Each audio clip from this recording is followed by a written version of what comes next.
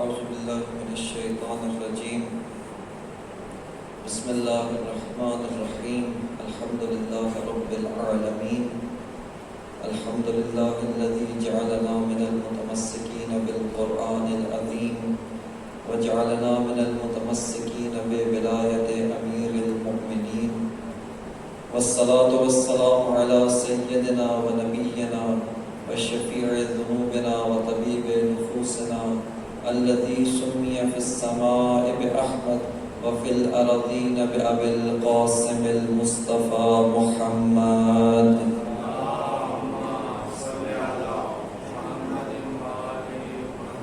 وعلى آله الطيبين الطاهرين المعصومين واللعنة الدائمة على أعدائهم من الآن إلى قيام يوم الدين.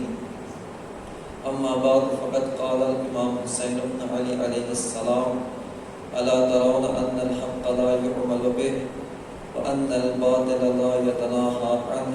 صلوات پڑھ محمد وآل محمد.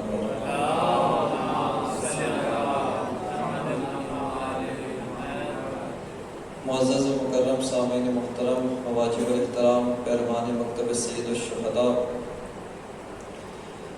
کربلا تاریخ انسانیت کی سب سے بڑی لڑے جانے والی حق و باطل کی جنگ ہے کہ جس نے ہمیشہ کے لیے حق و باطل کو ایک دوسرے سے جدا کر دیا اور حق والوں کو حق کی شناخت کرنے میں، حق کی پہچان کرنے میں، حق کے راستے پر چلنے کے لیے ہمیشہ کے لیے حوصلہ دے دیا.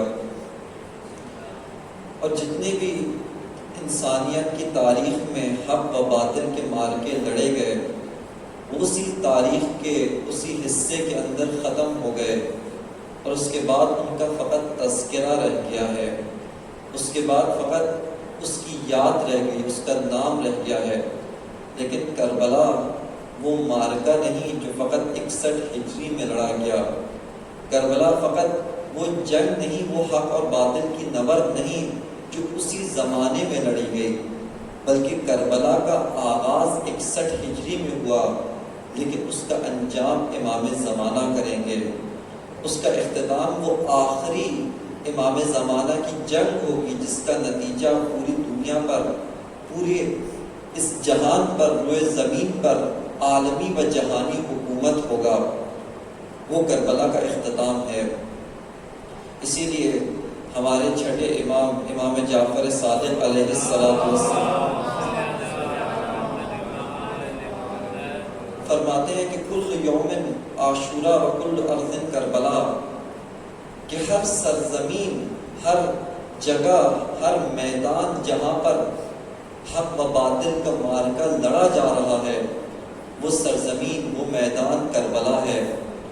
اور ہر روز جس کے اندر یہ مارکہ ہو، جہاں پر حق والے حق کا ساتھ دے رہے ہوں، حق کا پرچم بلند کر رہے ہوں، وہ سرزمین، وہ دن عاشورہ کا دن ہے.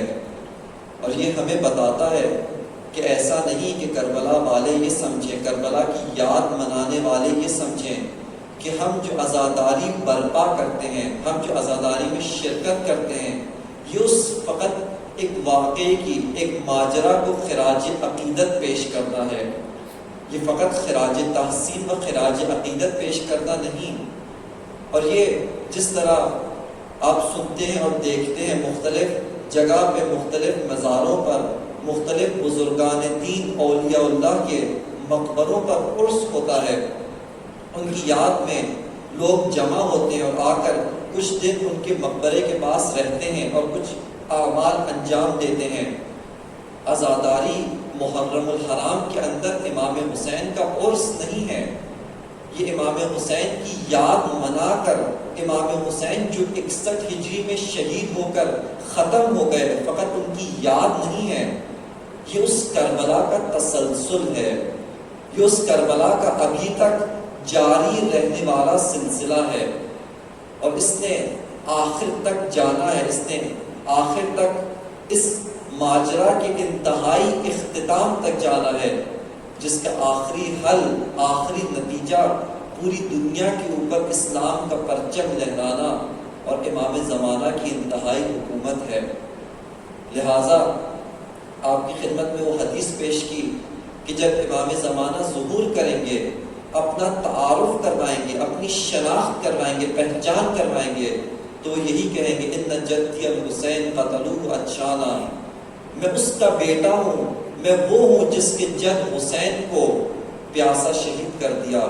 ان جدی الحسین قتلوہ جوعانا، میں اس کا بیٹا ہوں، میں وہ ہوں جس کے جد کو بھوکا و پیاسا شہید کر دیا۔ بس امام حسین اپنے آپ کو کربلا کا ایک لڑنے والا سپاہی کے طور پر، ایک لڑنے والے کربلا کے ایک سپاہ سالار کے طور پہ اپنی شناخت کروائیں گے۔ اب اس حق و باطل کے معرکے کے اندر وہ سوال جو پہلے دن عرض کیا اور اسی کا جواب ہم مسلسل ڈھونڈنے کی کوشش کر رہے ہیں، اور وہ یہ ہے کہ ہمارا اس معرکے کے اندر کردار کیا ہے، اس معرکے کے اندر ہم کہاں کھڑے ہوئے ہیں، اس معرکے کے اندر ہمارا مقام کیا ہے۔ آیا اس معرکے کے اندر بعض اصلی کھلاڑی ہیں، بعض اصلی سپاہی ہیں، اور ہم فقط تماشائی ہیں، ہم فقط نظارہ گر ہیں، ہم فقط معرکہ دیکھ کر لطف اندوز ہونے والے ہیں، یا نہیں اس میدان میں ہم کردار ادا کر رہے ہیں۔ جیسا کہ 61 ہجری کے معرکے کے اندر بعض فقط تماشائی تھے، بعض فقط نظارہ گر تھے، بعض فقط اس معرکے کو جو لڑا گیا اس کا مشاہدہ کر رہے تھے، اس کو دیکھ رہے تھے، لیکن اس معرکے کے اندر ان کا کوئی کردار نہیں تھا، اس معرکے سے لا تعلق تھے، اس معرکے کے بارے میں فقط آنسو بہانے والے تھے، گریہ کرنے والے تھے، لیکن جب ان سے کہا جائے کہ آؤ اس معرکے میں اپنا کردار ادا کرو، تو وہ امام حسین پہ آنسو بہا کر، امام حسین کا سینہ چوم کر، آپ کا بوسہ لے کر وہ مکے کے اندر ہی رہ جاتے ہیں۔ لیکن اسلام کا و قرآن کا ایک فیصلہ ہے، اسلام کا اور قرآن کا اور احادیث پیغمبر کا و روایات معصومین نے ایک فیصلہ کر دیا ہے، اور وہ فیصلہ یہ ہے کہ اس معرکے کے اندر جو بھی تماشائی ہوگا، جو بھی نظارہ گر ہوگا، جو بھی فقط دیکھنے والا ہوگا، اس کو حق کے ساتھ تو شمار نہیں کیا جائے گا، لیکن اس کو باطل کی صفوں میں شمار کیا جائے گا۔ جو تماشائی ہے، جو نظارہ گر ہے، جو کوئی کردار نہیں رکھتا، جو کسی قسم کی احساس سے ذمہ داری نہیں کرتا ہے، اس کو اسلام، قرآن و احادیث معصومین علیہ السلام باطل کی صفوں میں قرار دیتی ہیں۔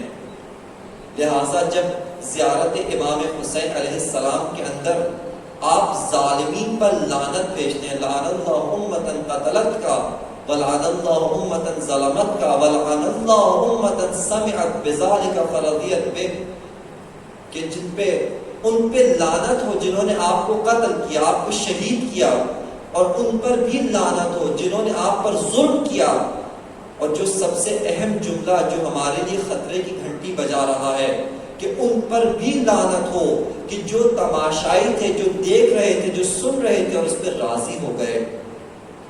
جو تماشائی ہیں ان کے لیے اسلام نے اور قرآن نے باطل کی صفوں کا انتخاب کیا ہے۔ اسی طرح قرآن مجید نے ایک ماجرا ذکر کیا ہے، اور وہ ماجرا ہے حضرت صالح نبی اللہ کی اونٹنی کا ماجرا، کہ جب حضرت صالح کی قوم نے ان سے معجزہ طلب کیا، کہا کہ آپ معجزہ دکھائیں، تو حضرت صالح نے انہی قوم سے پوچھا کہ کیا معجزہ ہو؟ انہوں نے کہا کہ اس طرح کا اگر معجزہ ہو تو آپ کی بات پر یقین آ جائے گا، آپ اس پہاڑی سے، اس کے دل سے اونٹنی کو باہر نکالیں۔ پھر حضرت صالح نے خداوند متعال سے دعا کی اور وہ اونٹنی اس پہاڑ سے باہر آ گئی۔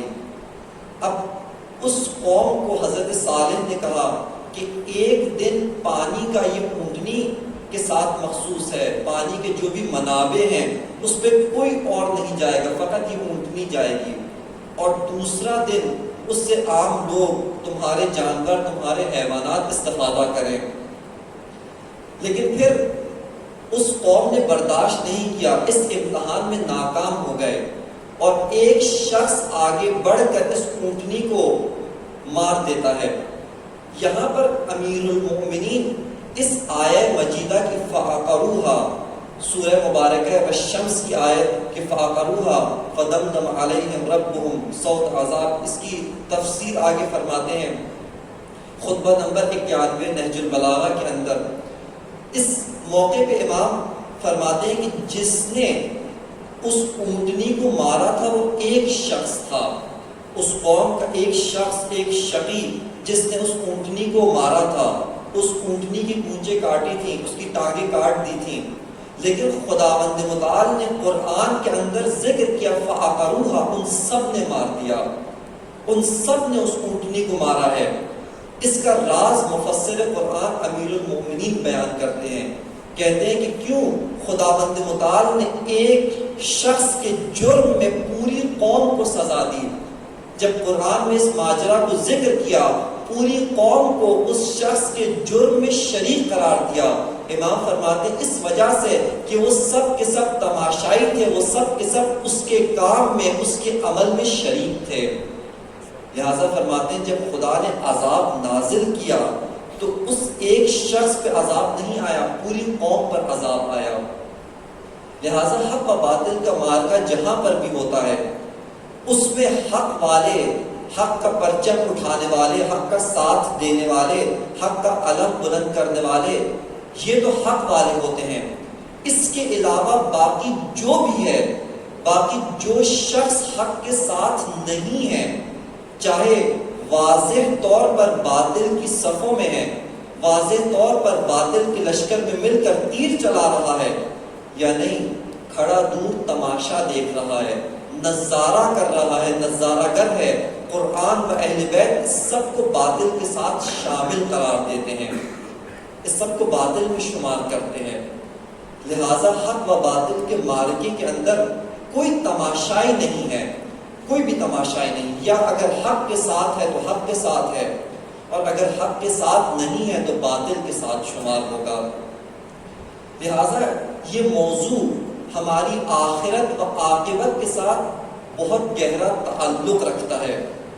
اگر چاہتے ہیں کہ ہم قبر کے اندر جب جائیں، قبر کے اندر منکر و نکیر آئیں، آ کر سوال کریں، پوچھے مر ربک، تمہارا رب کون ہے، اور اس کے بعد پوچھے بتاؤ تمہارا رسول کون ہے، نبی کون ہے، اور تیسرا سوال یہ کرے مل امامک، تمہارا امام کون ہے، اور اس وقت ہم امام کا نام، امیر المومنین کا نام اپنی زبان پہ جاری کریں، اور محشر کے میدان میں جب سارے کے سارے لوگ حیران و سرگردان گھوم رہے ہوں گے، کسی پناہ گاہ کی تلاش میں ہوں گے، ہمارے سروں پر پرچم علی واللوائے علی کا سایہ ہو، اور ہم اس دن امام علی کی فوج میں، امام علی کے پیروکاروں میں شامل ہوں، اس کا طریقہ کار کیا ہے؟ اس کا طریقہ کار یہ ہے کہ زندگی میں حق والوں کی صفوں میں شامل ہو جاؤ، زندگی میں حق والوں کے ساتھ ہو جاؤ۔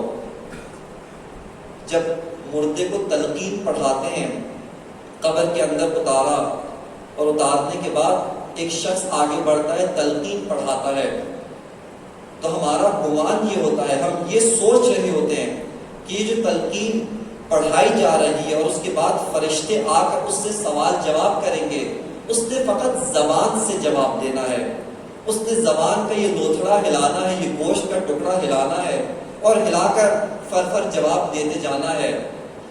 جس طرح دنیا کے امتحانات کے اندر نقل ہوتی ہے، کسی کا امتحان ہوتا ہے، اس کو ساتھ کوئی بتا رہا ہوتا ہے، مدد کر رہا ہوتا ہے، اسی طرح ہم سمجھتے ہیں کہ شاید یہ تلقین اس کو ایک طرح کی نقل کرائی جا رہی ہے، ایسا نہیں ہے۔ اگر اسی تلقین کے عمل پر غور کریں، اسی تلقین کے عمل کے اوپر دقت کریں، اگر صرف زبان نے جواب دینا ہے، زبان نے گفتگو کرنی ہے، تو آپ کو منہ کھول کے اس کی زبان ہلانی چاہیے، جبکہ آپ اس کے کاندھوں پر ہاتھ رکھ کے اس کا پورا جسم ہلا رہے ہوتے ہیں، پورا وجود، دائیں ہاتھ اس کے دائیں کاندھے پہ رکھ کے اور بائیں ہاتھ بائیں کاندھے پہ رکھ کے اس کا پورا جسم ہلا رہے ہوتے ہیں، اور کہتے ہیں اسمع افہم یا فلان ابن فلان، اے فلانے، اے فلاں شخص سنو، سمجھو، اپنے پورے وجود سے اس کو قبول کرو، اور اپنے جب تمہارے پاس دو فرشتے آئیں تو تم نے فقط زبان سے نہیں کہنا، تم نے فقط زبان سے جواب نہیں دینا، بلکہ اپنے پورے وجود سے جواب دینا ہے، اپنے پورے پیکر سے جواب دینا ہے۔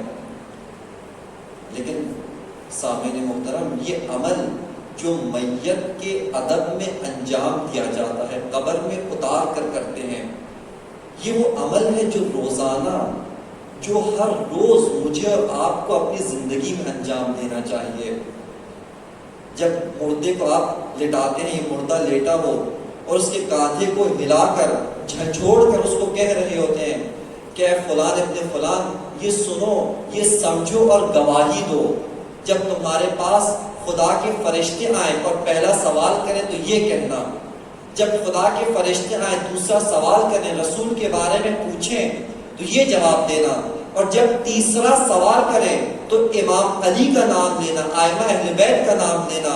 اے کاش روزانہ کوئی ہماری زندگی میں صبح کے وقت جب بیدار ہوں ہمارا کاندھا جھنجھوڑ کر کہیں کہ اے سنو، اے فلانے، اسمع افہم، آج کا دن جو گزارنا ہے وہ علی کی امامت میں گزارنا ہے، آج کا دن جو بسر کرنا ہے وہ توحید کے سائے میں خداوند متعال کی ربوبیت میں گزارنا ہے، اور جو دن گزارنا ہے وہ شریعت محمدی کے مطابق گزارنا ہے اور امامت علی میں گزارنا ہے۔ کیونکہ یہ جواب، یہ سوال و جواب زبان سے نہیں دینے، یہ سوال و جواب پورے وجود سے دینے ہیں، یہ سوال و جواب پوری زندگی کے مطابق دیے جائیں گے۔ جس کی امامت کے تحت رہے ہوں گے اسی کی امامت کی گواہی دیں گے۔ اور شیعہ، جیسا کل بھی روایت پڑھی کہ جس کا امام ہے اسی کا شیعہ ہوتا ہے، جس کا پیروکار ہے وہی شیعہ ہے، وہی اس کا امام ہے۔ لہٰذا اب ہم چاہتے ہیں کہ امامت علی میں آ جائیں۔ علی تو فقط حق پرستوں کے امام ہیں، علی امام برحق ہے و امام حق ہے، اور اگر قیامت میں علی کے پرچم کے تحت چاہتے ہیں کہ ہم محشور ہوں، علی کے پرچم کا سایہ ہمارے سروں پہ پڑ رہا ہو، تو اس کا طریقہ کار یہ ہے کہ زندگی علی کی امامت میں گزاریں، زندگی حق کے ساتھ گزاریں۔ لہٰذا حق و باطل کا موضوع اہمیت کا حامل ہو جاتا ہے۔ یہاں پر قرآن مجید کی آیات کی روشنی میں حق و باطل کی تعریف کرنا چاہتا ہوں۔ قرآن نے اس موضوع کو بہت خوبصورتی کے ساتھ، وضاحت کے ساتھ بیان کیا ہے کہ حق کہتے کس کو ہے، باطل کہتے کس کو ہیں، حق و باطل کی شناخت کروائی ہے۔ ایک مرتبہ صلوات پڑھ لیجئے محمد و آل محمد پر۔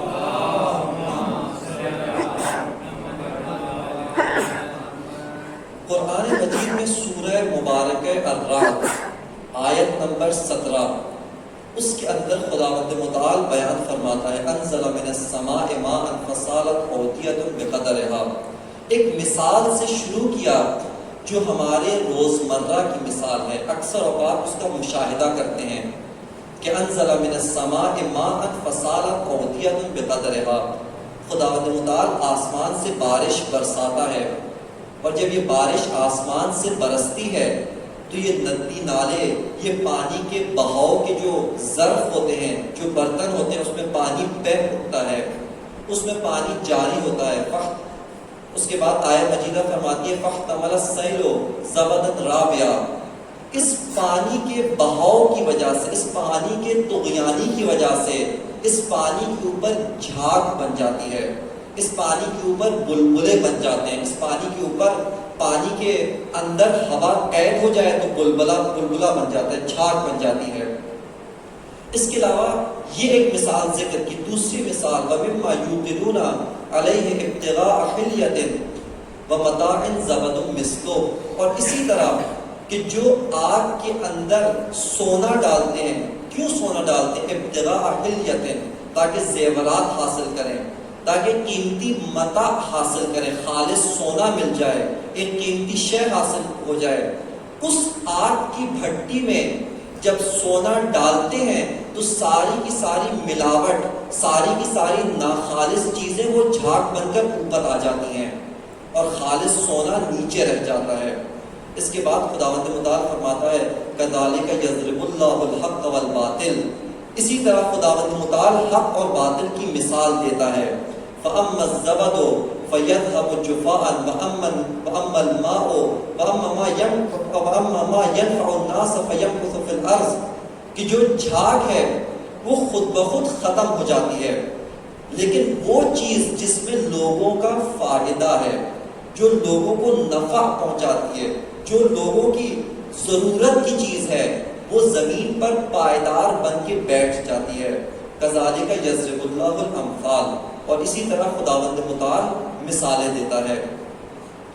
اس آیہ مجیدہ کے اندر خداوند متعال نے بغیر کسی پیچیدگی کے، بغیر کسی دقت کے، بغیر کسی فلسفی و علمی مطالب کو بیچ میں لائے بغیر دو مثالوں کے ذریعے سے حق اور باطل کو ہمارے لیے روشن کیا ہے، واضح کیا ہے۔ پہلی مثال پانی کے اوپر بننے والی جھاگ ہے۔ دوسری مثال سونے کو جب بھٹی میں ڈالتے ہیں تو خالص سونا نیچے رہ جاتا ہے اور جتنی بھی ملاوٹ والی چیزیں وہ سب کی سب اوپر آ جاتی ہیں۔ یہ دو مثالیں خداوند متعال فرماتا ہے جو چیز پائیدار ہے، جو چیز لوگوں کے لیے فائدہ مند ہے، جو چیز لوگوں کی ثبات رکھتی ہے، پائیداری رکھتی ہے، وہ حق ہے، اور جو چیز ثبات نہیں رکھتی، جو چیز پائیداری نہیں رکھتی، وہ باطل ہے۔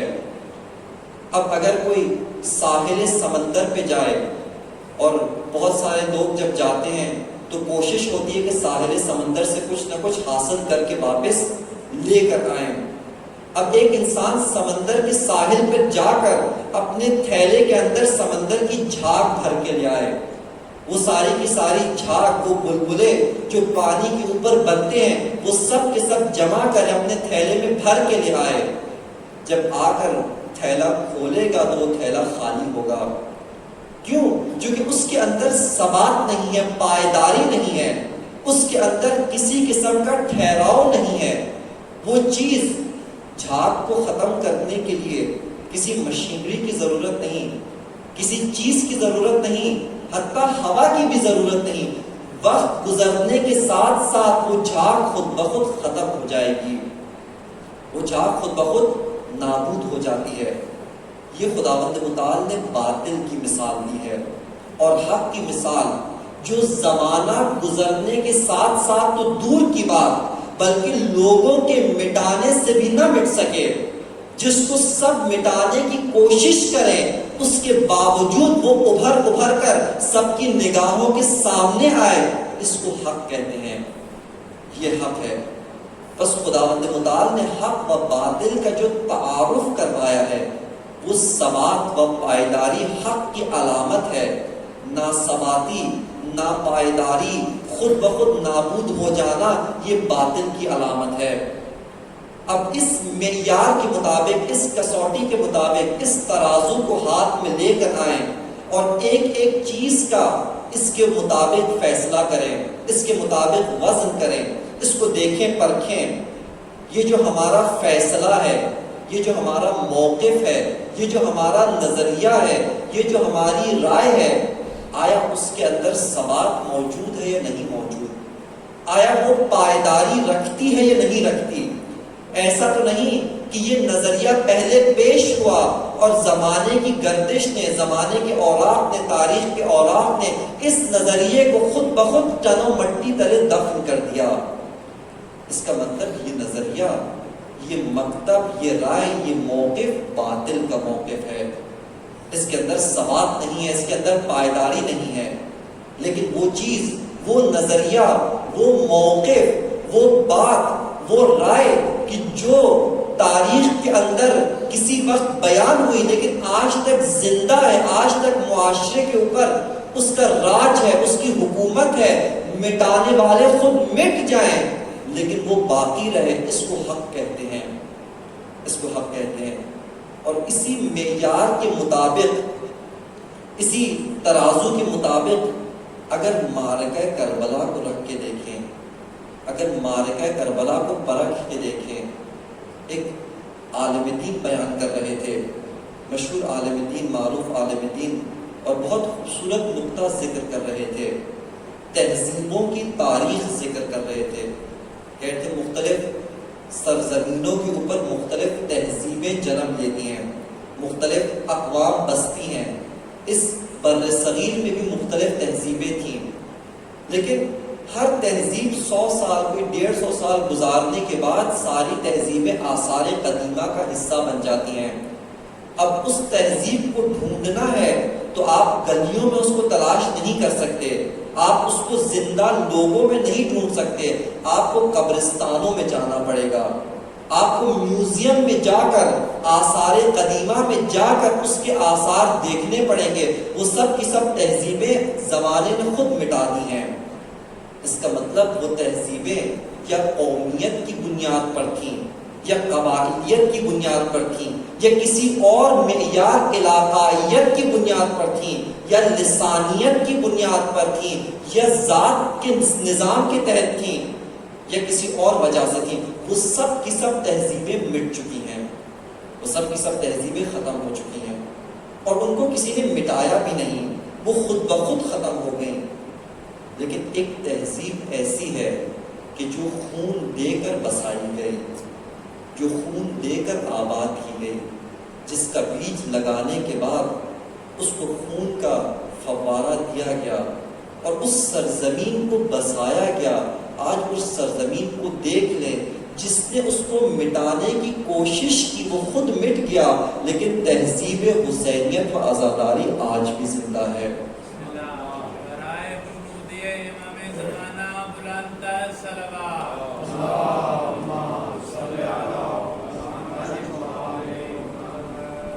یہ تہذیب آج بھی زندہ ہے، یہ ثقافت، یہ رزم عزاداری، یہ آج بھی زندہ ہے۔ بس اس کا مطلب اس کی بنیاد حق پر ہے، یہ پائیدار ہے۔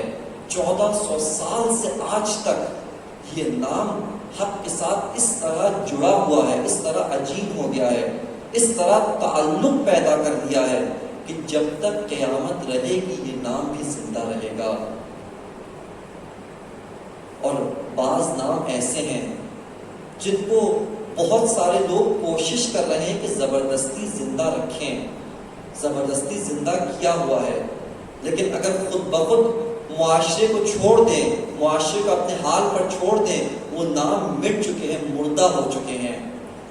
اور یہ جو حالیہ متنازعہ بل ہے، اس کی کوشش بھی یہی ہے، اس کا مقصد بھی یہی ہے کہ وہ لوگ کہ جو باطل پر تھے اور باطل کی وجہ، باطل پر ہونے کی وجہ سے خود زمانہ ان کو مٹا دیتا ہے، اب بل کے ذریعے ان کے نام کو زبردستی زندہ رکھیں۔ اب حکومتیں آتی ہیں ان کے ناموں کو زندہ رکھنے کے لیے، لیکن ان کو خداوند متعال کا قانون نہیں پتا۔ خدا کا قانون یہ ہے، جو باطل کو زندہ کرنے کی کوشش کرتا ہے، جو باطل کو زندہ رکھنے کی کوشش کرتا ہے، وہ خود باطل کی طرح باطل ہو جاتا ہے، اور جو حق کے راستے پر چلے اس کو سب دبانے کی کوشش کرے وہ سر اٹھا کے چلتا ہے۔ یہ خدا کا قانون ہے، اور جو خدا کے قانون سے لڑے گا، ٹکرائے گا، وہ خود پاش پاش ہو جائے گا۔ بس سامعین محترم، یہ حق و باطل کی کسوٹی کا معیار پائیداری ہے۔ جو چیز پائیدار ہے، ثبات رکھتی ہے، جو نظریہ پائیدار ہے، جو ثبات رکھتا ہے، وہ حق کی علامت ہے۔ اب آ کر دیکھتے ہیں حق کے منابع کیا ہیں، حق کہاں سے پھوٹتا ہے، حق کا سرچشمہ کیا ہے۔ اس کی رہنمائی خود قرآن مجید نے بیان کی۔ خداوند متعال نے فرمایا سورہ مبارکہ مائدہ کے اندر آیت نمبر 60، الحق من ربک فلا تکونن من الممترین، کہ سب کا سب حق آپ کے پروردگار کی طرف سے ہے، آپ کے رب کی طرف سے جو کچھ بھی ہے وہ سب کا سب حق ہے۔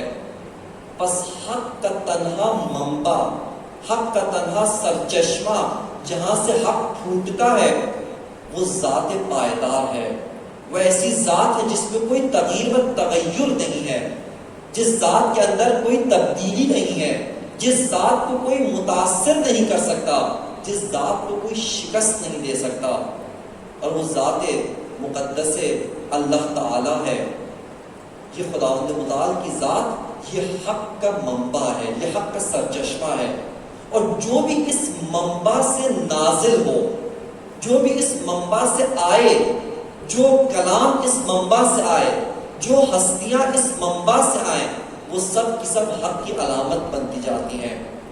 لہٰذا سب سے پہلا منبع حق خداوند متعال کی ذات ہے۔ اور یہیں پر ذکر کرتا جاؤں کہ امام حسین اسی خداوند متعال کے بھیجے ہوئے امام ہیں۔ ائمہ معصومین، ائمہ اہل بیت، انبیاء کرام اسی خداوند متعال کی طرف سے بھیجے ہوئے نبی یا امام ہیں۔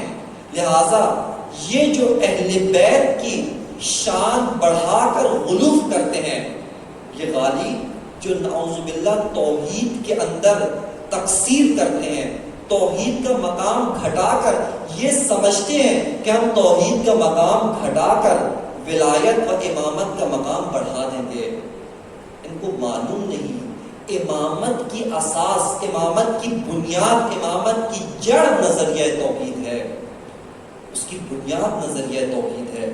لہٰذا اگر آپ یہ سمجھتے ہیں کہ اہل بیت کو اپنے مقام امامت سے ہٹا کر نعوذ باللہ مقام الوہیت پر بٹھا دیں، مقام خالقیت و مقام ربوبیت پر بٹھا دیں، یہ آپ اہل بیت کا مقام بڑھا نہیں رہے، مقام میں تنقیص کر رہے ہیں، ان کے مقام کو گھٹا رہے ہیں۔ لہٰذا غلو اہل بیت کے ساتھ ان کی شان کو بڑھانا، کس حد تک بڑھانا؟ مقام توحید کے برابر یا اس سے بالاتر قرار دینا، ان کا شریک قرار دینا، ان کے ساتھ ہمتا قرار دینا اور ان کے ہم پلہ قرار دینا، اس کا خود مقابلہ امیر المؤمنین نے بھی کیا، اہل بیت نے بھی کیا، اور غالیوں کو نہ فقط دائرہ تشیع سے خارج کیا بلکہ دائرہ اسلام سے خارج کیا۔ صراحتاً امام رضا کی احادیث ہیں، امام صادق کی احادیث ہیں اور امام علی کا طرز عمل ہے، سب نے غالیوں کو دائرہ تشیع سے بھی خارج کیا، اعلان براءت بھی کیا، اعلان لا تعلقی بھی کیا اور ان کو دائرہ اسلام سے خارج کیا۔ بس ہر حق کی بنیاد، ہر حق کا سرچشمہ، ہر حق کا منبع وہ ذات اقدس الہ ہے، ذات اقدس توحید ہے، یہ ہر حق کا منبع ہے، اور اس منبع سے جو نازل ہو، جو ساطع ہو، جو اس منبع سے پھوٹے، جو اس منبع سے آئے، چاہے انسان ہو چاہے کتاب ہو، وہ سب کے سب حق والے ہیں، وہ سب حق کی علامت و حق پرست ہیں۔ لہٰذا قدم قدم پر ہمیں اس کے ساتھ خود کو مقایسہ کرنا ہے، اس کے ساتھ خود کو پرکھ کے دیکھنا ہے، اس کے ساتھ خود کو ملا کر دیکھنا ہے، اس ترازو پہ خود کو تولنا ہے کہ آیا اس ترازو کے مطابق ہم کھڑے ہوتے ہیں یا نہیں ہوتے۔ یہاں پر ایک بہت خوبصورت تشبیہ ہے اور وہ قرآن مجید، وہ احادیث شریفہ ہیں۔ احادیث نے بیان کیا کہ قرآن مجید نے کہا ہے کہ قیامت کے دن ہم ترازو نصب کریں گے، ہم میزان لگائیں گے اور اس کے اوپر اعمال کو پرکھا جائے گا، اعمال کا وزن کیا جائے گا، اعمال کو پرکھا جائے گا۔ اگر اعمال اس ترازو کے مطابق پورے ہوتے ہیں، اس ترازو پہ اترتے ہیں، قبول ہو جائیں گے، وگرنہ رد ہو جائیں گے۔ وہ ترازو کون سا ترازو ہے؟ وہ کسوٹی، وہ معیار کیا ہے؟ ظاہری سی بات ہے، دنیا کی طرح یہ وزن ناپنے والا ترازو تو نہیں ہوگا، چونکہ اعمال جسمانی نہیں ہوتے، اعمال جسم نہیں رکھتے، وزن نہیں رکھتے۔ بس وہ ترازو کون سا ترازو ہے؟ احادیث نے بیان کیا کہ وہ ترازو، وہ کسوٹی، وہ معیار جس کے مطابق تمہارے اعمال پرکھے جائیں گے، تمہارے اعمال دیکھے جائیں گے، وہ ذات مقدس امیر المومنین ہے، وہ علی ابن ابی طالب کی ذات ہے۔ ایک طرف علی کو رکھا جائے گا، علی کو سامنے لایا جائے گا، کھڑا کیا جائے گا، اور دوسری طرف انسان کو سامنے رکھا جائے گا اور دیکھا جائے گا کہ آیا تمہارا عمل علی کے عمل سے شباہت رکھتا ہے یا نہیں رکھتا، آیا تمہارا عمل وہ خصوصیات، وہ صفات کی جھلک رکھتا ہے؟ آیا اس طرح کی خوشبو رکھتا ہے؟ آیا اس عمل کے جو علی نے انجام دیا نزدیک ہے یا نہیں؟ چونکہ بے عینی اس طرح تو نہیں ہو سکتا، بے عینی علی تو نہیں بن سکتے۔ ہم سے یہ کہا بھی نہیں گیا کہ تم نے علی بننا ہے، بلکہ کہا گیا تم نے علی کی شبیہ بننا ہے، تم نے علی کی طرح بننا ہے، علی کے مثل بننا ہے۔ اپنے آپ کے اندر، اپنے کردار میں، اپنے گفتار میں، اپنی سیرت میں، اپنے عمل کے اندر علی کے عمل کی جھلک لانی ہے، یہ تقاضا کیا گیا۔ اور جو عمل اس معیار پر پورا اترے گا خداوند متعال قبول کرتا چلا جائے گا، اور جو عمل اس معیار پر نہیں ہوگا وہ رد ہوتا چلا جائے گا۔ بس خداوند متعال نے انسانوں کے معیار کے طور پہ اہل بیت کو بھیجا ہے، امام حق کے طور پر بنایا ہے۔ کل آپ کی خدمت میں حق کے راستے کی دو رکاوٹیں عرض کی تھیں۔ ایک رکاوٹ بھیڑ چال ہے، ایک رکاوٹ اکثریت کی پیروی کرنا ہے، اکثریت کے پیچھے چلنا ہے، اکثریت کی رائے کو دیکھنا ہے، بزرگان کو دیکھ کر، بڑوں کو دیکھ کر ان کے پیچھے اندھا دھند چلنا ہے، بغیر کسی دلیل کے، بغیر کسی استدلال کے، بغیر کسی ہدف کے، بغیر کسی مقصد کے ان کے پیچھے جس طرح وہ چل رہے ہیں ہم بھی چلنا شروع کر دیں۔ اور دوسرا بڑی رکاوٹ وہ اپنی خواہشات نفسانی کی پیروی کرنا ہے۔ لیکن ایک مرتبہ اس طرح سے حالات پلٹا کھاتے ہیں، حالات اس طرح سے ہو جاتے ہیں، حالات اس رخ کو اختیار کرتے ہیں کہ بہت سارے لوگ حق کے قافلے کے ساتھ ہو جاتے ہیں۔ اب توجہ رکھنی ہے آپ نے، اور قدم بقدم میرے ساتھ چلنا ہے تاکہ ایک منزل پر آپ کو پہنچا سکوں۔ اپنی توجہات کو حاصل کرنے کے لیے صلوات پڑھیے محمد و آل محمد پر۔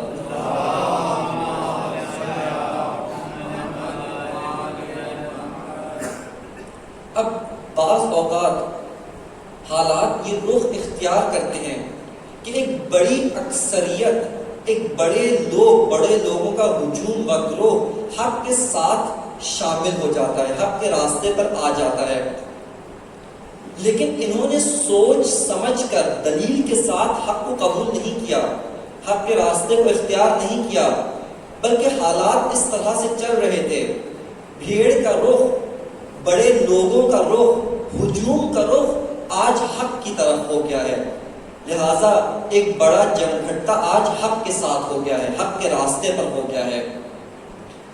اور ایک اور مقصد جس کی وجہ سے بعض لوگ حق کے ساتھ ہو جاتے ہیں وہ وہی کہ آج ان کی خواہشات، آج ان کے مفادات حق کی بات کرنے میں ہے۔ بعض اوقات حالات اس طرح کے ہو جاتے ہیں، بعض اوقات حالات یہ رخ اختیار کر لیتے ہیں، لہٰذا وہ اپنے مفادات کی وجہ سے حق کے ساتھ ہو جاتے ہیں۔ جیسا بعض لوگوں نے دیکھا کہ اب جب خلیفہ سوم کو اس طرح سے اس ہجوم نے شہید کیا تو اس کے بعد لوگوں نے دیکھا کہ اب جو شخصیت باقی بچی ہے، جس کی طرف سب کی نگاہیں ہیں، وہ علی ابن ابی طالب ہیں، لہٰذا پتا تھا کہ اب رخ ان کی طرف ہے، اب لوگوں کی نگاہیں ان کی طرف ہے، اب حالات ان کے ساتھ ہیں، لہٰذا مفاد پرست جن کو اپنے مفادات عزیز تھے وہ سب کے سب علی کے ساتھ ہو گئے، وہ سب کے سب علی کے ہمراہ ہو گئے۔ یا دیکھا کہ نہیں اکثریت ابھی اس طرف جا رہی ہے، اکثریت کا رخ اس طرف ہے، لہٰذا وہ بھی اس بھیڑ چال کے نتیجے میں علی کے ساتھ ہو جاتے ہیں، حق کے ساتھ ہو جاتے ہیں۔ یہ ایک اور مثال فتح مکہ کے وقت دیکھا اسلام طاقتور ہو گیا، قدرت والا ہو گیا، لہٰذا اسلام سے دشمنی کا لبادہ اتار کر نفاق کا لبادہ اڑ کر اسلام کی صفوں میں داخل ہو جاتے ہیں، اسلام کے ساتھ ہو جاتے ہیں، بظاہر حق کے ساتھ ہو جاتے ہیں۔ لیکن یہاں پر خداوند متعال کو حق کے اندر کسی قسم کی ملاوٹ پسند نہیں ہے، حق کے اندر کسی قسم کی ملاوٹ خدا کو پسند نہیں، بلکہ خدا چاہتا ہے کہ جب بھی ہو، جہاں پر بھی ہو، حق کا لشکر مکمل خالص ہونا چاہیے۔ بارہا اب تو کیسے حق کے لشکر جس کے اندر ملاوٹ ہو گئی کیسے الگ کرے گا؟ کیسے جو سچے ہیں، جو ایمان کے ساتھ، اعتقاد کے ساتھ حق کے ساتھ ہوئے، اور جو اپنے مفادات کے تحت حق کے ساتھ ہیں، کیسے جدا کرے گا؟ خداوند متعال فرماتا ہے کہ اس کے لیے بھی ایک طریقہ ہے، اور وہ طریقہ ہے آزمائش۔ میں ان لوگوں کو آزمائش میں ڈالوں گا۔ سورہ مبارکہ عنکبوت آیت نمبر 2 اور 3 کے اندر احسب الناس ان یترکوا ان یقولوا آمنا وهم لا یفتنون لقد فتنا الذین من قبلهم وَلَيَعْلَمَنَّ اللَّهُ الَّذِينَ صَدَقُوا وَلَيَعْلَمَنَّ الْكَاذِبِينَ کہ کیا لوگوں نے یہ گمان کیا ہے کہ وہ یہ زبانوں سے کہیں گے کہ ہم ایمان لائے پر ہم ان کو چھوڑ دیں گے، ہم ان کے حالات پر، ہم ان کی اس زبانی قول کے اوپر، اس زبانی وعدہ اور وعید کے اوپر ان کو چھوڑ دیں گے؟ خدا تعالیٰ فرماتا ہے ایسا نہیں ہوگا۔ لَقَدْ فَتَنَّا الَّذِينَ مِن قَبْلِهِمْ، ہم نے ان سے پہلے والوں کو بھی امتحان میں ڈالا ہے، آزمائش میں ڈالا ہے۔ کیوں آزمائش میں ڈالا؟ لِيَعْلَمَنَّ اللَّهُ الَّذِينَ صَدَقُوا وَلِيَعْلَمَنَّ الْكَاذِبِينَ، تاکہ خدا کو معلوم ہو کہ صادق کون ہے، کاذب کون ہے، سچے کون ہیں اور جھوٹے کون ہیں۔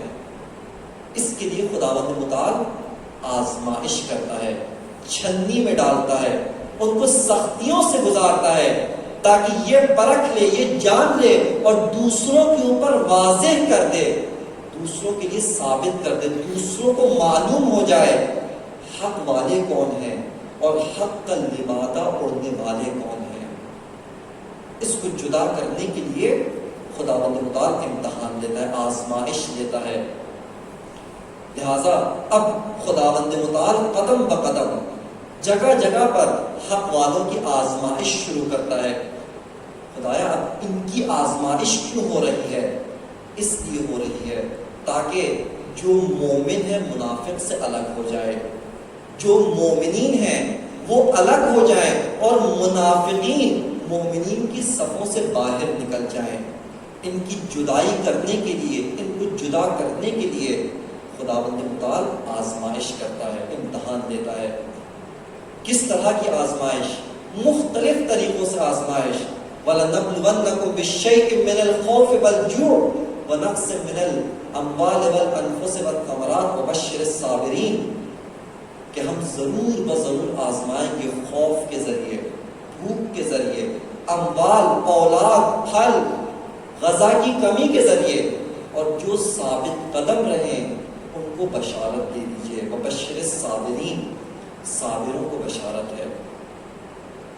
یہ بشارت استقامت دکھانے والوں کو ہے۔ لہذا اگر حق کے راستے پر آ ہی گئے ہیں، حق کے راستے پر آئے ہیں اور بچپن سے ہم حق کے راستے کی ہمیں دکھایا گیا، شناخت کروائی گئی، اب دوسرا مرحلہ حق کے راستے پر استقامت دکھانا ہے، حق کے راستے پر ثابت قدم رہنا ہے۔ اس حق کے راستے پر ثابت قدم رہنے والوں کی مثال خداوند متعال نے لشکر طالوت کی دی ہے۔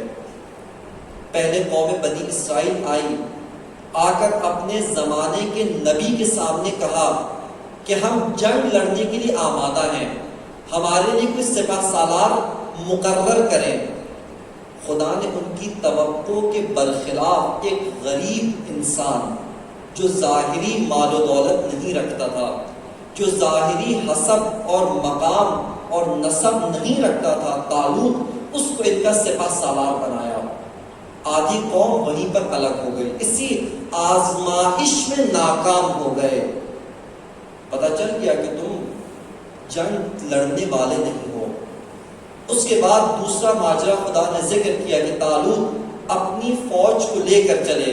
فلما فصل طالوت بجنودہ قال ان اللہ مبتلیکم بالنہر، لے کر چلے، ایک پانی کی نہر جا رہی تھی۔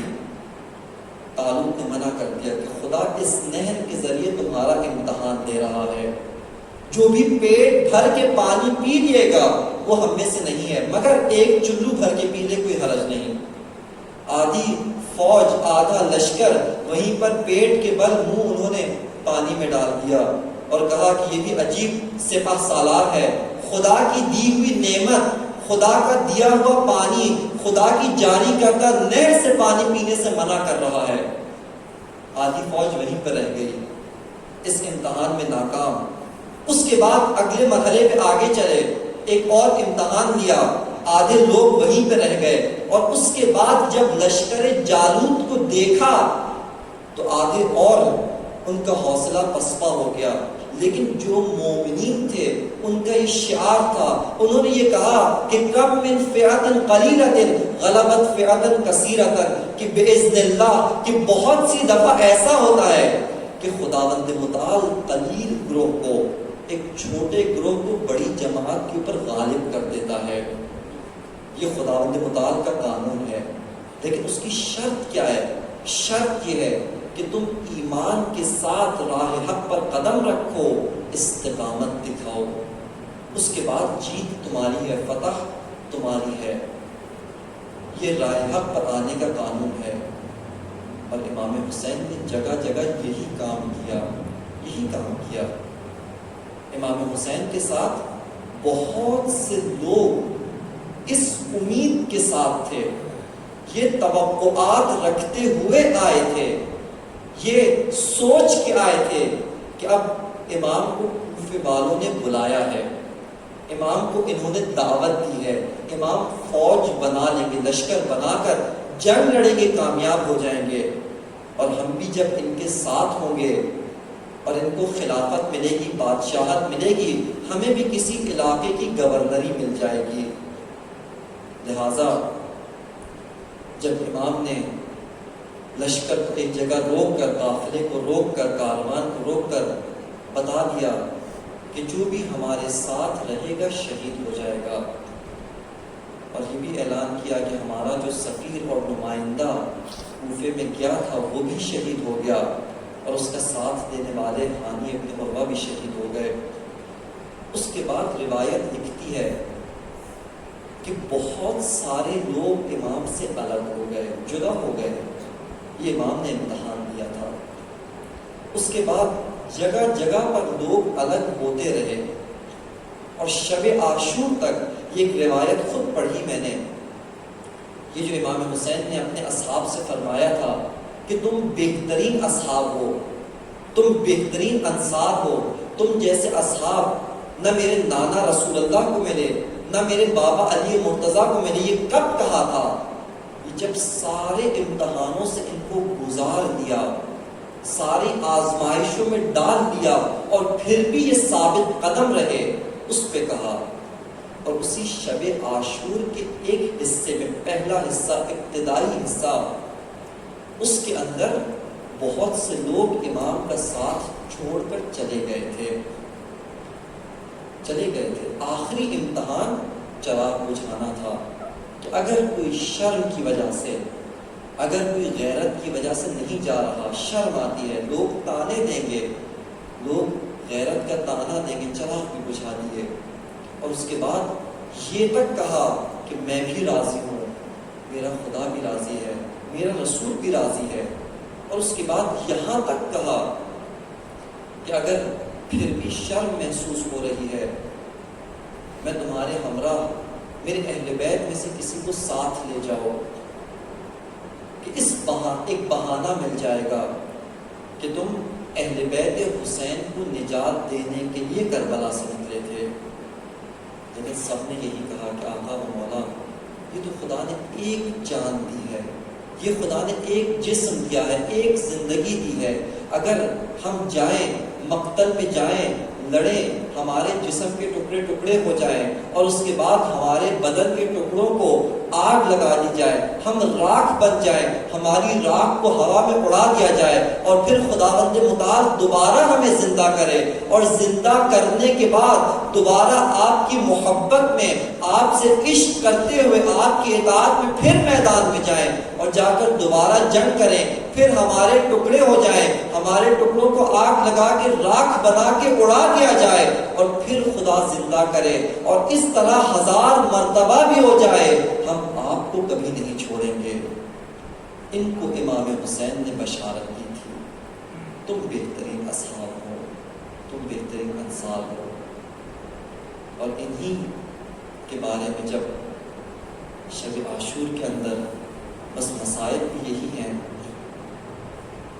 اور عبرتیں بھی یہی ہیں، آزمائشیں بھی یہی ہیں۔ ایک وقت جب حبیب ابن مظاہر اسی شب عاشور کو ایک خیمے کے پاس سے گزرتے ہیں تو آپ کچھ سنتے ہیں، اور سنتے کیا ہیں کہ بنت زہرا زینب کبریٰ اپنے بھیا سے کچھ کہہ رہی ہیں۔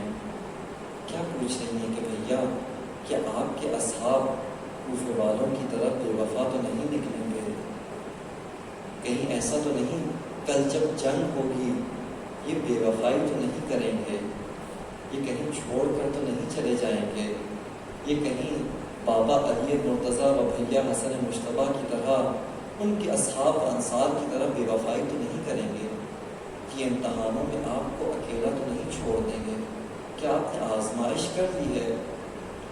حبیب نے جب یہ سنا حبیب سے رہا نہیں گیا۔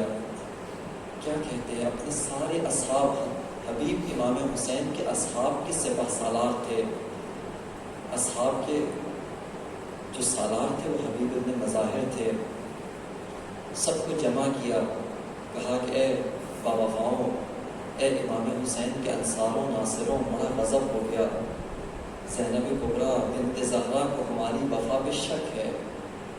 کہا کہ آؤ آج اپنی وفاداری کا ثبوت دیتے ہیں، صبح ہونے سے پہلے وفا کا ثبوت دیتے ہیں۔ کس طرح وفا کا ثبوت دیا؟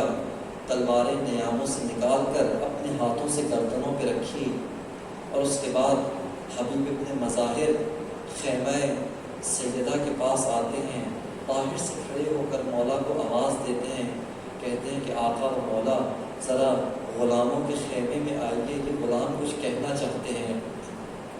کیا کہنا چاہتے ہیں؟ امام حسین آتے ہیں، آنے کے بعد جب سب کی حالت دیکھی، سب نے یہی کہا کہ مولا و آقا، آپ کی بہن علی کی بیٹی زہرا کی بیٹی کو ہماری وفا پہ شک ہے، آپ حکم دیجئے ابھی اپنے ہاتھوں سے اپنی گردن اتار کے قدموں میں رکھ دے۔ یہاں پر امام حسین نے فرمایا تم جیسے اصحاب کسی کو نہیں ملے، تم سارے امتحان عبور کر گئے، سب میں کامیاب ہو گئے، تم سب میں کامیاب ہو گئے۔ بس عزیزارو، ایک اصحاب باوفا کا امتحان تھا جو عصر عاشور تک چلا، اور جہاں پر حسین کا امتحان و اصحاب حسین کا امتحان ختم ہوا، اس سے آگے زینب کا امتحان شروع ہوا۔ کیا امتحان زینب نے دیا، کیا امتحان سکینہ نے دیا، کیا امتحان ام کلثوم نے دیا، کیا امتحان رباب نے دیا، کیا امتحان بی بی لیلہ نے دیا، کیا امتحان دیے ان بیویوں نے۔ 11 محرم کی صبح آتی ہے، سب سے پہلا امتحان بیویوں کا شروع ہوتا ہے، اور وہ امتحان اپنے عزیزوں کی لاشوں سے ودا کرنا ہے۔ بس عزیزارو، ایک عجیب منظر میدان کربلا میں کھڑے ہوئے اشقیاء نے دیکھا، بی بی زینب نے کیا امتحان دیا، منظر دیکھا، کیا منظر دیکھا کہ جب یہ قافلہ اسرا اونٹوں پر سوار ہو کر لے جایا گیا اور اس کو مقتل سے گزارا گیا، ہر بیوی نے اپنے آپ کو اپنے عزیز شہید کی لاش پر نیچے گرایا، گرانے کے بعد اپنے عزیز کی لاش سے لپٹ کر گریہ شروع کیا، رونا شروع کیا، لاشوں کو الوداع کرنا شروع کیا، اپنے عزیزوں کو الوداع کرنا شروع کیا۔ لیکن ایک منظر دیکھا، سوال پوچھنے لگے، یہ 2 ننھے سے لاشیں، یہ اون و محمد کے لاشیں، ان کے اوپر کوئی بیوی نہیں ہے، ان کے اوپر کوئی مخدرہ گریہ نہیں کر رہی ہے، ان کے اوپر کوئی بیوی گریہ نہیں کر رہے۔ اشقیاء نے پوچھنا شروع کیا، لگتا ہے کہ یہ یتیموں کی لاشیں ہیں، ان کے ساتھ ان کی ماں موجود نہیں ہے، ان کے ساتھ کوئی بیوی موجود نہیں۔ عزاداروں، تمہیں معلوم نہیں ان بچوں کی ماں میدان کربلا میں ہے، لیکن بچوں پہ نہیں رو رہی، اپنے مولا و آقا حسین ابن علی کی لاشیں سے لپٹ کر گریہ کر رہی ہے۔ اور ایک وقت آیا بیوی نے اپنے بندھے ہوئے ہاتھوں کے ساتھ مولا حسین کی لاشیں کو آگے کیا، قبلہ رخ ہو کر خداوند متعال سے دعا کی، ربنا تقبل منا ھذا القربان، خدایا بار الہ ہماری یہ قربانیاں قبول کر لے۔ عزاداروں، یہ پہلا امتحان تھا، یہ بیویوں نے پہلا امتحان دیا، یہ مخدرات نے پہلا امتحان دیا۔ دوسرا امتحان کیا تھا؟ دوسرا امتحان وہ تھا کہ جب قافلہ اسرا کو شہر کوفہ کے باہر روکا گیا، شہر کوفہ کے باہر روکا گیا۔ کیوں روکا گیا؟ کہ ابھی شہر کو سجانا ہے، ابھی نامحرموں کو گلیوں میں بلانا ہے، ابھی صبح لوگوں کے تازہ دم ہونے کا انتظار کرنا ہے، ابھی دربار کو سجانا ہے، ابھی دربار سجا نہیں ہے۔ اس قافلے کو روکا گیا۔ ایک وہ وقت تھا جب اسی شہر کوفہ کے اوپر مولا علی کی حکومت تھی، اور مولا علی جب کوفہ آئے اپنے خاندان والوں کو مدینہ سے کوفہ بلوایا۔ اس روایت میں لکھا، تاریخ کہتی ہے کہ جب علی نے کوفہ میں اپنی بیٹیوں کو بلوایا، اپنے خاندان والوں کو بلوایا، اس وقت وہ قافلہ ظہر کے وقت پہنچا تھا، لیکن مولا کائنات نے رات ہونے کا انتظار کیا، پھر حکم دیا اس قافلے کو شہر کوفہ کے اصلی دروازے سے نہیں لانا، اس کو کسی گمنام چھوٹے سے دروازے سے داخل کرنا ہے، اس کو رات کی تاریکی میں لانا ہے، کہیں ایسا نہ ہو میری بیٹیوں پر کسی نامحرم کی نگاہ پڑ جائے، علی و زہرا کی بیٹیوں پر، مخدرات پر کسی نامحرم کی نگاہ پڑ جائے۔ لیکن عزاداروں، شہر کوفہ کے پاس جب یہ قافلہ پہنچتا ہے، صبح ہونے کا انتظار کیا گیا، صبح ہونے کا انتظار کیا گیا، نامحرموں کو گلیوں میں بلایا گیا، عورتوں کو چھتوں پر بلایا گیا، اصلی دروازے سے قافلے کو لے جایا گیا۔ کیوں لے جایا گیا؟ تاکہ جنگ کھٹا ہو۔ اے مولا کائنات، اے علی ابن ابی طالب، اے کاش آپ نجف سے ابھی آتے، آ کر دیکھتے جن بیویوں کے پردے کا اتنا خیال ہے کہ رات کی تاریکی میں میری بیٹیوں کو کوئی نہ دیکھے، آج ان کو بھرے کوفہ کے میدانوں اور بازاروں سے گزارا جا رہا ہے، سروں پہ ردائیں نہیں ہے۔ بس عزاداروں، تیسرا امتحان عبید اللہ کا دربار تھا۔ یہ روایت علماء سے سنی، علماء نے پڑھی، کہا کہ دربار کے اندر ایک شخص موجود تھا، بڑھ کے امام سجاد سے ایک سوال کرتا ہے، کہتا ہے کہ مولا و آقا، میں اس دن بھی دربار میں تھا جب آپ کے چچا مسلم ابن عقیل کو لایا گیا، آپ کے چچا کی گردن میں توق تھی، ہاتھوں میں زنجیریں تھی، پاؤں میں بیڑیاں تھی، لیکن مسلم کا سینہ تان کے کھڑے تھے، سر فخر سے بلند تھا، عبید اللہ کا جواب دے رہے تھے، آقا آپ بھی اسی خاندان سے ہیں، آپ مسلم کے خاندان سے ہیں، آپ کا سر جھکا ہوا ہے، آپ کی کمر جھکی ہوئی ہے۔ عزاداروں، مولا و آقا نے کیا جواب دیا ہوگا؟ اے دیکھنے والے، تو نے غور نہیں کیا، جب مسلم کو لایا گیا، مسلم تنہا آئے تھے، مسلم کے ساتھ مسلم کی بہنیں نہیں تھی، مسلم کی پھوپھی نہیں تھی، لیکن مولا سجاد آتے ہیں، علی و زہرا کی بیٹیاں،